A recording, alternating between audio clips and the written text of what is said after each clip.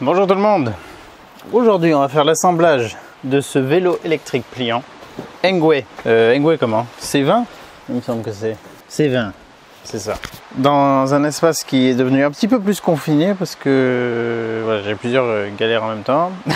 J'attends un enlèvement pour ça, j'ai le pont de ma voiture en attente derrière, bon. C'est un peu la galère. Mais on va quand même regarder comment ça va se passer au niveau de l'assemblage de ce vélo. Sachant que la dernière fois avec le Engwe EP2 Pro, le montage avait été plus compliqué que ce à quoi je m'attendais pour un vélo électrique. Pour un vélo pliant en fait, c'est ça, pour un vélo pliant. C'est pas le côté électrique vraiment qui rend la chose compliquée. Mais il y avait pas mal d'étapes. On va voir comment ça se passe avec celui-là. Alors là on n'est pas sur un fat bike. Et d'ailleurs ça va être la première fois pour moi que je ne teste pas un fat bike sur les 4 que j'ai testé précédemment. C'est un vélo plus raisonnable on va dire. Mais il a des pneus quand même bien. Est-ce que je peux tout sortir d'un coup? Ça me semble possible. Je crois que je vais essayer de tout sortir d'un coup pour le déposer devant. Parce que tout semble bien ficelé ensemble. Alors je dis aussi plus raisonnable parce que normalement il est quand même plus léger que d'autres. Et il y a des pneus moins gros.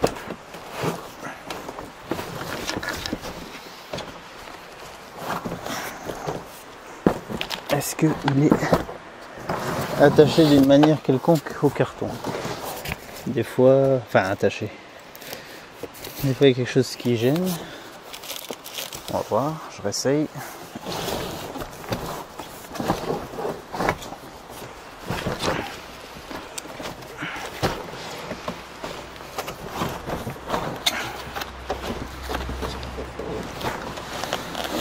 Voilà.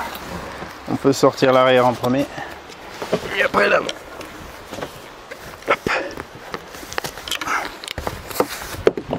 Voilà. Ça c'est fait. Ça c'était juste sur le tube, le trou de sel.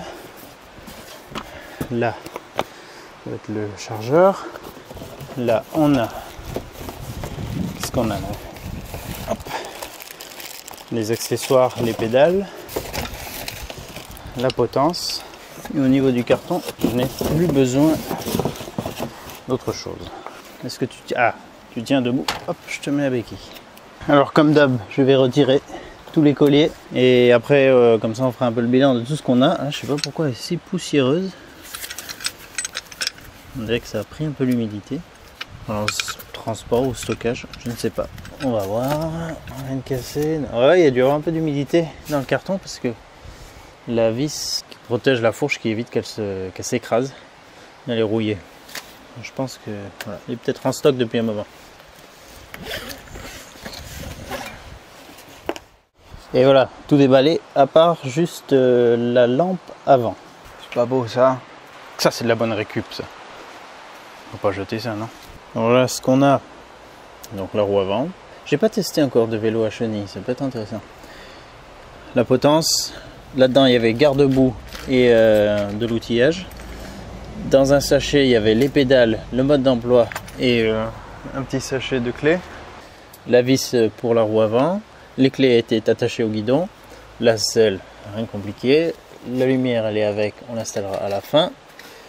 Et vous voyez déjà que le format du vélo est assez compact, une forme intéressante, plutôt effilé, assez sportif en look. On a des pneus en 20 par 3. Donc c'est des bons pneus tout terrain, mais c'est pas des pneus de fat bike non plus. Et c'est pas des pneus qui pourraient être encore plus fins. Il devrait y avoir une assez bonne stabilité pour aller à peu près partout. Bon, ce que je vais faire tout premier, on va mettre la selle. Tac. Je vais la descendre à fond. Je lui fais pas un réglage là, c'est juste voilà, pour la serrer. Ah, j'y arrive pas d'une main comme ça. À cause du tube en plastique. Je vais le remonter un peu.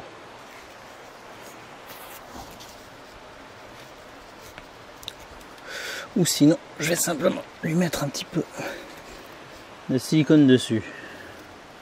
Voilà, que ça coulisse bien.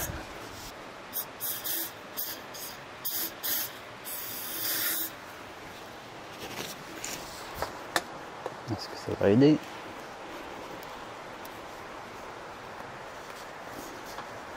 Mais disons que c'est... Pourtant là, il y Il y a plein de jeux là. Ah, voilà. Alors là, on a la ligne qui nous montre la hauteur max. Donc par rapport à moi, ça fait déjà, ça me va un petit peu au-dessus de la taille. Ça ira pour les grands gabarits également. Mettons-le là, juste le temps de faire le montage. Ils disent de commencer donc par la potence. Ça va aller comme ça là-dedans. Alors, comme j'avais vu avec le EP2 Pro, ça m'avait un peu perturbé dans quel sens mettre le truc. Il faut bien aligner la fourche, le mieux possible. On n'a pas non plus un repère fixe. Donc on l'aligne au mieux. Ça, on l'ouvre en tirant le petit loquet en arrière, comme ça. Et on déverrouille. Et là, on peut basculer à l'opposé normalement. Hop. Voilà. Là, on a la vis de serrage. Donc, là, du coup, j'ai pas pris de repère. Le guidon, c'est peut-être mieux de le mettre déjà. Et alors, il faut pas qu'elle soit inclinée vers l'arrière. Il faut qu'elle soit, au contraire, genre bien droite. Allez, je vais essayer de le faire sans mettre le guidon. Et au pire, je rajusterai déjà. Ça me semble être comme ça. Ouais, ça me donne presque envie de faire un trait au feutre pour voir exactement pour regarder mon alignement. Où je peux commencer déjà peut-être un peu à serrer. Je fais déjà comme ça pour voir. Il y a des chances qu'il faille s'y reprendre à plusieurs fois. Si on ne serre pas trop, on peut bloquer la fourche avec le pied, se mettre bien au-dessus et regarder qu'on ait l'alignement correct. Ça me semble pas mal. Je le rabaisse. Et là, il faut serrer fort. Hop, quitte à prendre une rallonge parce que la dernière fois, j'avais vu que ça s'était mis à bouger.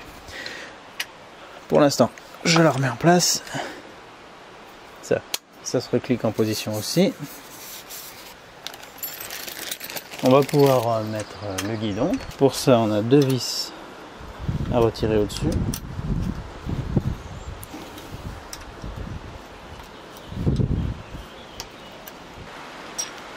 Avec une rondelle fendue.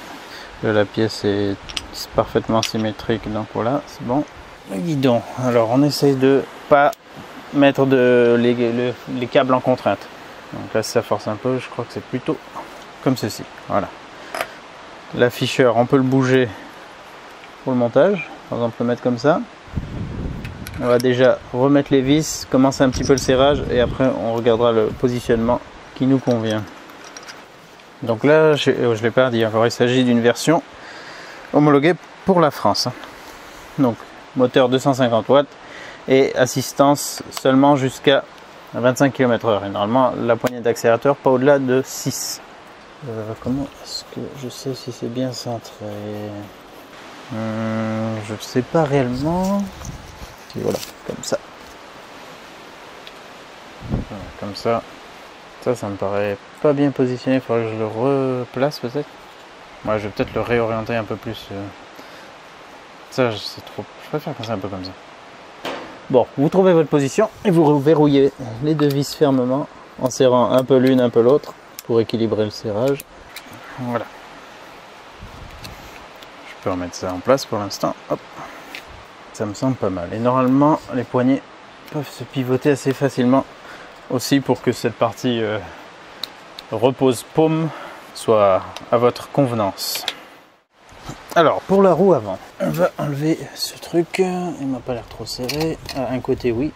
Est-ce qu'on a la clé qu'il faut pour enlever ça? Là il n'y a pas assez gros. Oula. Reste avec moi jeune. Peut-être dans cette étui à outils il y a. Oui, là il y a des grosses clés. Voilà. Par contre, c'est du 17 partout et j'ai que une clé de 17. Donc je vais chercher une autre clé pour la tenir. J'aurais dû mettre deux écrous de taille différente là pour ça.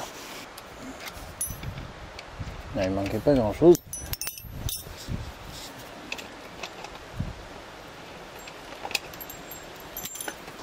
On prend la roue avant, on enlève ce cache et on regarde s'il n'y a pas une protection entre les plaquettes. Ici, là, des fois il y a un truc à retirer. Là, il n'y en a pas.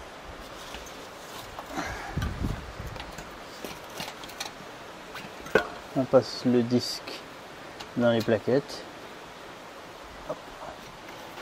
Et on va mettre en place la vis.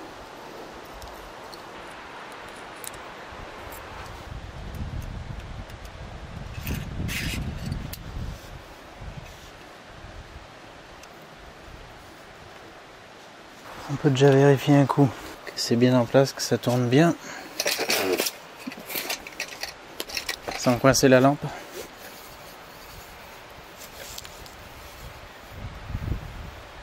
Que ce soit vraiment bien à fond dans les gorges. Et quand on estime que c'est bon, on resserre fermement. Voilà. Ah, il est long, hein, il est quand même long. Le look.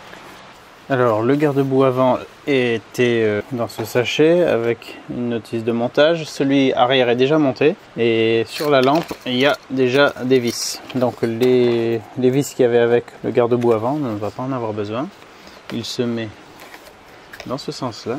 Et on va le visser en même temps que la lumière. Donc, simplement, je passe la vis, les rondelles au travers. Il est fileté le trou, c'est pas juste traversant. On passe tout ça. On va le visser avec la clé Allen. J'utilise tous les outils fournis, mais si vous avez un jeu de douille et de cliquet et d'embout, ça pourrait être plus pratique. Avant de serrer, on remet la lumière à peu près en position. J'ai pas réglé la hauteur du garde-boue d'ailleurs, je vais redévisser un peu et le remonter plus, pas que ça touche la roue non plus, pas que ce soit trop limite. Voilà, puis je vais remettre l'écrou derrière, même si c'est déjà bien serré. Voilà, il est fourni. Je le mets en place. Pas très pratique là, mais on va y arriver.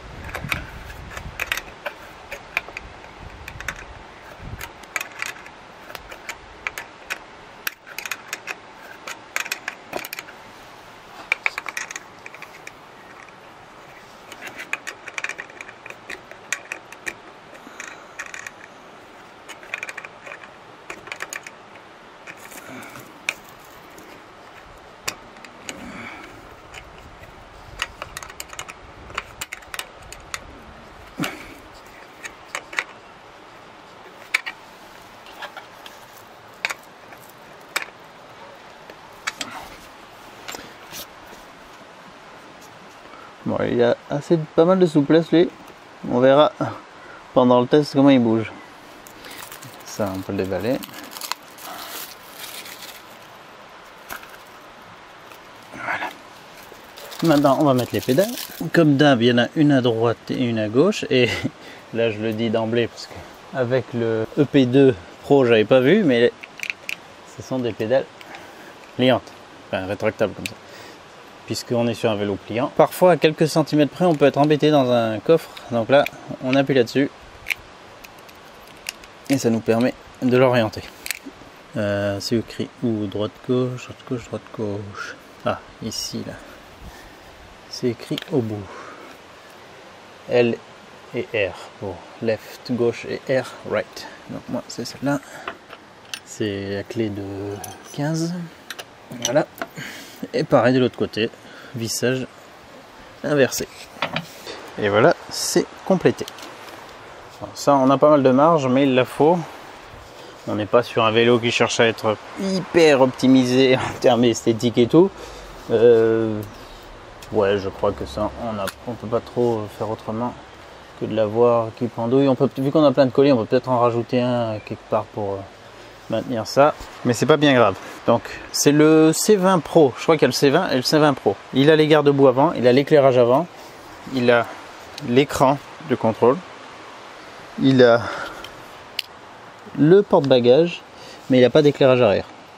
Il a juste un catadioptre. Là, il n'a pas d'éclairage arrière. Ça, c'était déjà monté. On a 7 vitesses.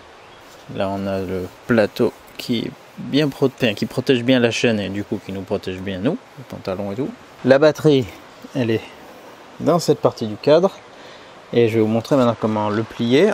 On va juste l'allumer d'abord. De ce côté, on a le port de charge pour recharger la batterie sans la sortir du vélo. Et on a besoin d'une clé pour le démarrer. Comme sur le EP2 Pro, elle se met là en dessous. Pas forcément le plus pratique, mais en même temps je sais pas trop où c'est qu'ils auraient pu la mettre ailleurs. Enfin, elle est directement sur la batterie et elle a deux fonctions. C'est à la fois de permettre de sortir la batterie, mais aussi de pouvoir démarrer. Donc si on la met pas en position de démarrage, là je crois qu'on est en position, là on sera en position de retrait.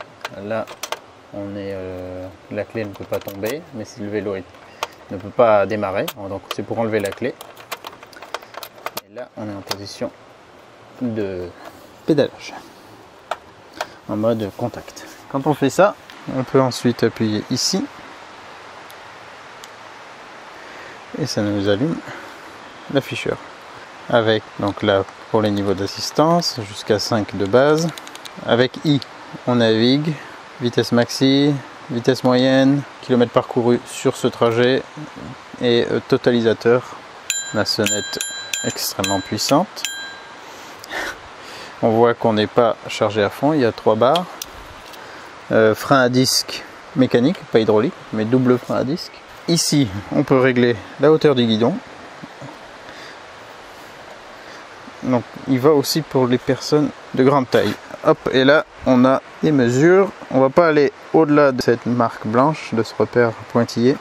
Mais voilà, une fois que vous avez trouvé votre bon réglage, eh bien, vous pouvez le retrouver facilement. Je vais le laisser au minimum, parce que je suis pas très grand. Et puis, je verrai en cours de test comment ça évolue. Normalement, si on reste appuyé sur moins, on a l'assistance. Voilà. Vous avez vu le petit bonhomme qui marche? C'est quand on veut l'assister, si on le pousse en montée par exemple, on reste appuyé là-dessus, on marche à côté et l'assistance nous donne une très faible vitesse juste pour compenser le poids du vélo, on va dire. La molette n'agit pas quand on est à 0. Si on met sur 1, elle n'agit pas du tout, donc on n'a pas le démarrage à 6 km/h. Ah, d'accord, c'est peut-être encore autre chose, elle est peut-être désactivée. Ah ouais, bon alors encore une différence. Je pense, et je suis quasi sûr d'ailleurs, qu'il est totalement débridable. Mais bon là il est légal en France et tout. Si on veut le débrider on peut le faire et du coup on pourra utiliser ça pour l'utiliser en mode 100% électrique sans pédaler. Mais normalement ça devrait donner une assistance. Alors peut-être on peut aussi la régler, mais voilà.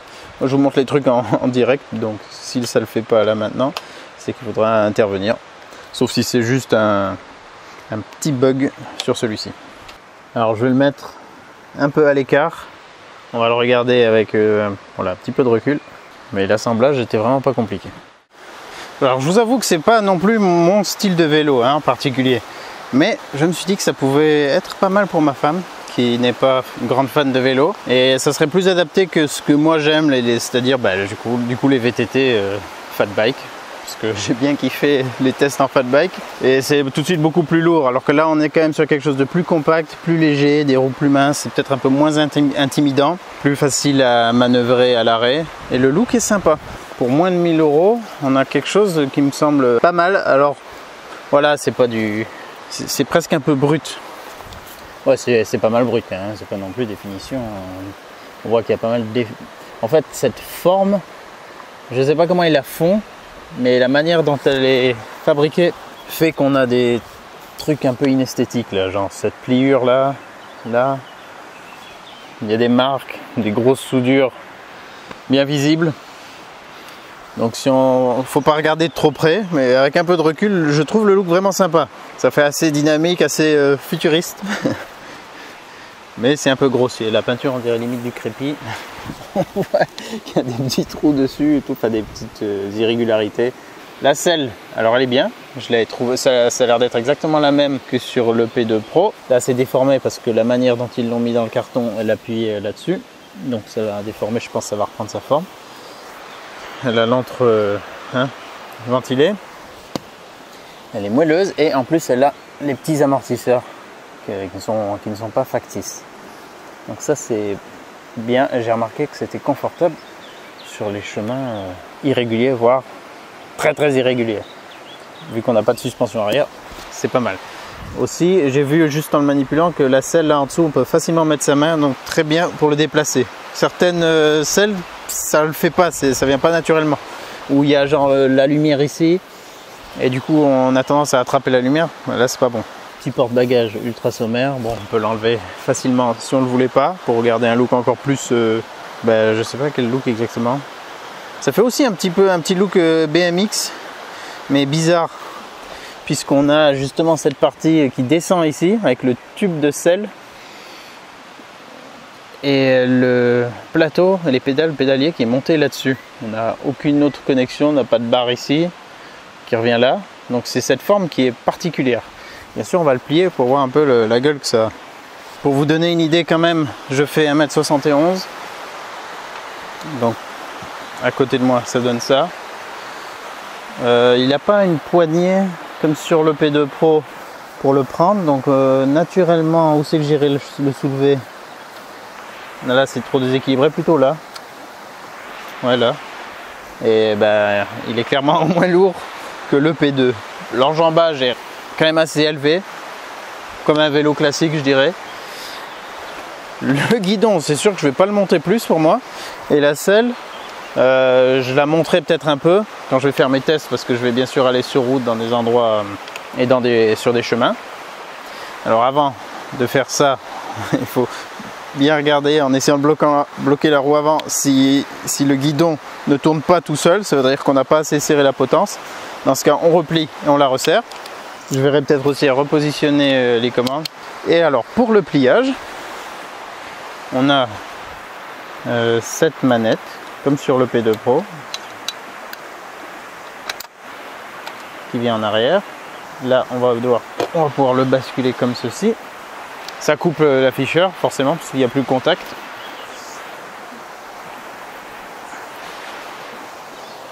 Vu qu'il est tout neuf, le pliage est un peu plus raide. C'est peut-être le guidon qu'on plie quand même en premier. On va plier le guidon en premier. Hop. Bon, pour le fermer c'est vraiment simple, il faut juste que cette demi-sphère aille bien dans la poignée. Hop, et c'est bon, il n'y a rien d'autre à faire. Donc le guidon, ici, on bascule en avant. Au début ça peut être raide, après à l'usage ça devient plus souple. Là ça le bascule ici complètement. On ouvre ça.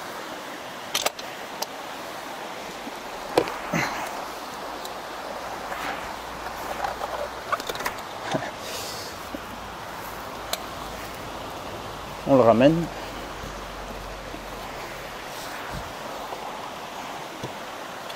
Au max, ça fait ça. Il y a cette partie qui permet de le reposer comme ceci. Les pédales, comme je vous ai dit, on peut les rabattre. Voilà. Et là, je pense on le prend comme ça. Puis on peut le mettre dans un coffre. Et je le dis de suite, si on me demande est-ce qu'on peut prendre ça par exemple dans le métro, dans un bus ou quoi. Bon, dans un bus, c'est plus gérable si on vous autorise. Mais dans le métro et tout, c'est mort.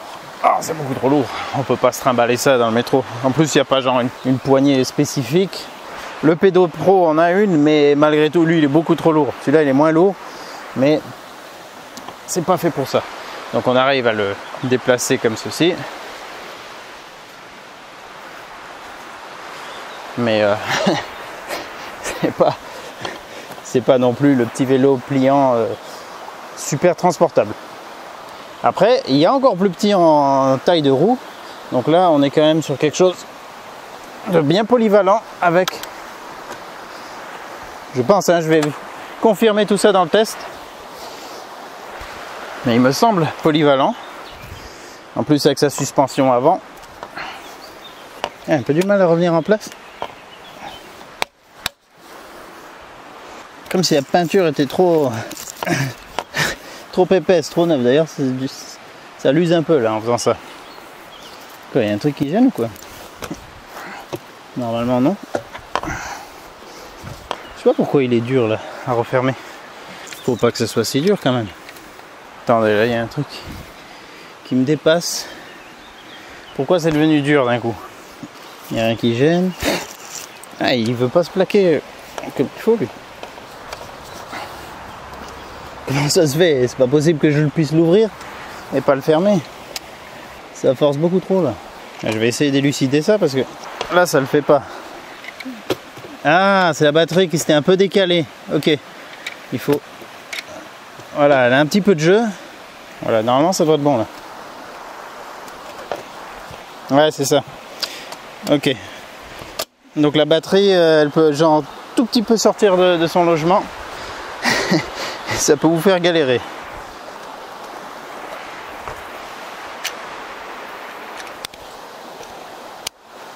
Voilà. Voilà, c'est juste au début, c'est un peu raide. Bon, vous avez vu, c'est pas très compliqué à assembler. Ça peut être un peu raide sur le pliage, dépliage les premières fois. Ça va le faire. Il n'est pas très bien fini, mais j'aime bien son look. Et puis pour le prix, ben voilà, c'est pas évident de trouver moins cher, donc on peut pas tout avoir. Je remarque aussi que directement là, en le pliant, ben, ça use la peinture. Ou est-ce que c'était justement que la batterie force? Ben, en tout cas, ça peut tout à fait vous arriver, donc ouais, faites gaffe à ça. Et puis on va voir ce que ça donne sur route et sur chemin. Ah, l'éclairage, dites-moi si ça marche. C'est là normalement. Ah, il est éteint. Ah, le contact n'est pas mis. Contact, allumage, éclairage. Oui, il y a de l'éclairage. L'éclairage qui tamise l'écran LCD. On remet les pédales. Non, même pas. Enfin si, c'est juste pour faire des cale-pieds. Et puis on n'oublie pas que c'est en faisant qu'on fait. J'espère que ça pourra vous aider avec le montage du vôtre. Je vais appuyer maintenant sur moins, puisque j'ai pas la molette, pour voir si cette micro-assistance... Non, est-ce que ça suffit quand on veut avancer doucement? Ah, c'est vraiment pour marcher à côté, ça n'a pas de puissance de faire ça. Ouais, je le sens déjà moins lourd que le P2 Pro, donc ça pourrait intéresser peut-être plus un public féminin ou n'importe qui n'a pas besoin d'un fat bike, mais qui veut quand même un vélo électrique pliant, pas trop cher, et puis avec un look original. Ça devrait le faire. A bientôt pour le test et bon assemblage de votre nouveau C20 Pro. Allez, on part en pédalant, sans assistance. Oh putain, mais c'est tout léger, c'est nickel ça.